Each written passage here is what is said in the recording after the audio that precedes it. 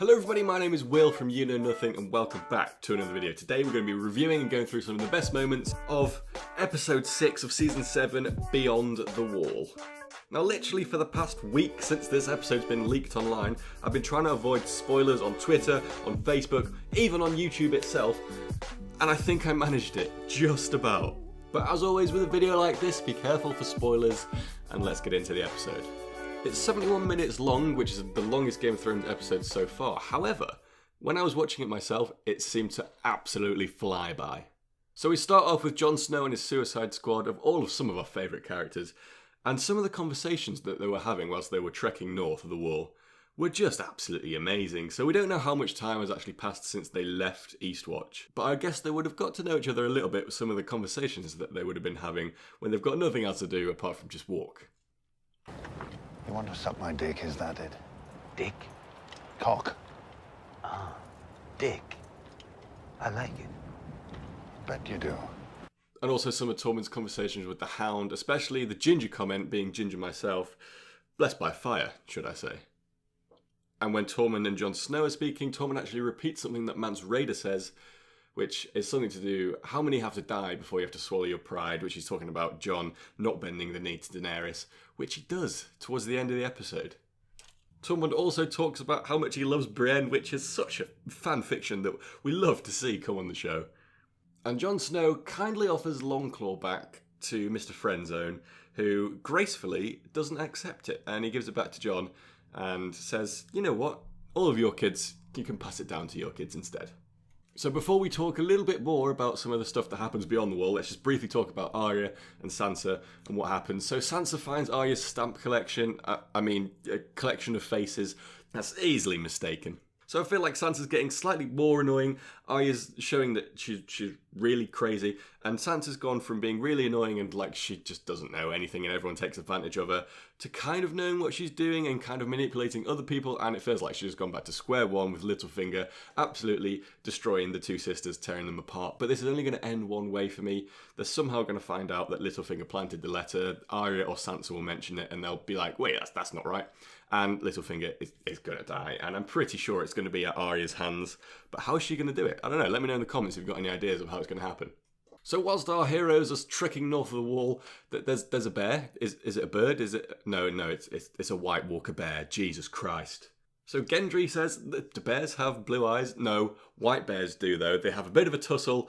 Beric Dondarrion gets out his flaming sword, and it's a flaming white bear. What could be more scary? We'll find out later on in this episode. But the bear gets Thoros of Myr, he injures him greatly, and then they kind of just carry on, to be honest. But Thoros is lagging behind a little bit. However, he mentions how he's just drunk all the time, so I guess that's what probably kept him going. So the pretty good idea of capturing a Wight and taking it back to King's Landing, P.S. it was a terrible idea. I don't know how that passed. But they see some Wights walking past and they're like, you know what, let's make a trap. So someone decides to create a fire and one of the White Walkers finds it, have a bit of a tussle. Jon Snow jumps out, surprise, mother trucker, and slashes him with Longclaw. And what is pretty cool about this scene, which the main part of this scene, is once the White Walker actually dies, all of the squad around him that he's controlling, they just fell to the floor as well. So the way to defeat all of the Wights is literally to focus the White Walkers, and then all of the normal dead, the normal others, the Wights, they just fall down. So what is going to happen in the end? How are they going to fight the Night's King? If they kill the Night's King, would that literally wipe out all of the Wights, even the White Walkers? I guess we'll have to find out, but that's probably the way to do it. So they give the Wight a little bit of a cuddle, a little bit of a tickle, and they're like, you know what, mate, you're going to come on holiday with us to warmer climate. Make sure you've got your sun cream. And they want to bring him back south. But before that happens, he screamed. He doesn't want to go on holiday. He hates flying. And then all of the other Wights and the White Walkers know that they're there. They run onto a frozen lake. But before they run onto a frozen lake, they tell Gendry, a.k.a. the fastest man in the world, to run back to Eastwatch and send a raven to Daenerys, basically saying SOS. Run, Gendry, run! So the lake that they were standing on, the pressure from all the Wights running at them broke the ice on the lake and they fell in. They were there for about a day and a night, and then Sandor Clegane throws a rock at one of them and he hits one in the jaw for a jaw-dropping moment. And then the Wights notice that it's no longer water, it's actually frozen over again, so they can go and give them a tussle. However, before this happened, we know that through the night, Thoros of Myr actually passed away, froze to death. So Beric Dondarrion completely forgot that he had a sword that he can turn to flames to potentially save his mate's life. Rest in peace, Thoros of Myr. So the Wights are running towards our gang whilst they're on a rock in the middle of a frozen lake. And for a brief moment, I thought that Tormund was a goner. I was like, no, Tormund can't die, surely. But then it went on for too long for me to be like, you know what, he's going to be saved. He was going to get dragged underneath the frozen lake, and I was like, no, not Tormund, he's one of my favourite characters. And then the Hound, the legend, comes up and saves him, probably drops a C word in there somewhere, and that was my heart rate slightly back to normal again. So it looks like it's the end is near, and then Daenerys comes rushing in with her 3 dragons, and breathes fire all over the Wights, destroy the frozen lake, saving the day, which was absolutely insane until Jon decides, you know what, I want to try and impress this girl that I fancy, and I'm going to try and kill some more Wights, and then maybe she'll like me a little bit more. So everyone else gets on the dragon, and Jon doesn't. He just carries on fighting. And then one of the White Walkers goes to the Night's King. He's like, do you know what, mate? I bet you can't hit that dragon with this javelin over here. And the Night's King just goes, hold my beer. The Night's King launches the javelin. I don't know how hard he must have thrown this. It must have been absolutely insane. This was something else. It goes straight into Viserion, the dragon, and he crashes down. An incredibly sad moment for Daenerys. So the Night's King looks pretty chuffed with himself. It looks like his accumulator's going to come in. When he goes to throw a javelin at Drogon, who's stationary and a lot of a bigger target than Viserion, but he misses. Unlucky, mate. Jon screams at them to fly away, so they slowly fly away, leaving Jon on his own.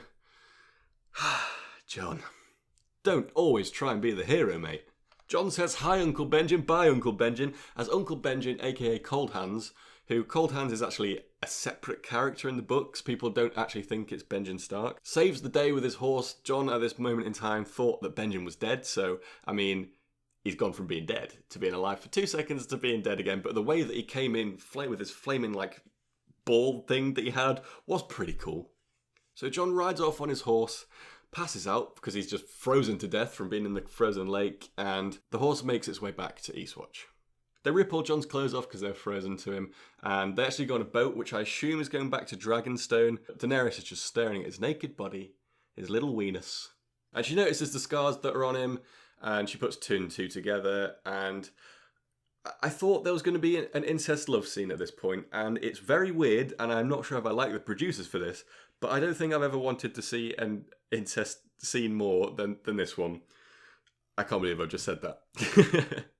But then the last scene, we cut back to the White Walkers, who have massive chains that I assume they've got from Hardhome or somewhere near there from some of the boats. And they're dragging Viserion, the dragon, out of the ice. And what goes on next? The Night King goes and touches Viserion on his nose, and his eye opens, and it's bright blue. We've got an ice dragon, boys and girls. Oh my god. So basically, that is the episode. It was absolutely insane. I cannot wait for the next episode, which is the season finale, which is an extra long one. So make sure you come back to my channel for a preview of that. I've also got a theory video that I've been working on about who the Night King actually is. So stay tuned for that. Let me know in the comments if there's any other theories that you'd want me to do. But anyway, everybody, there we go. Thank you so much for watching this video. If you have enjoyed, hit the like button down below, subscribe for more, and I'll see you all on the next one. Adios.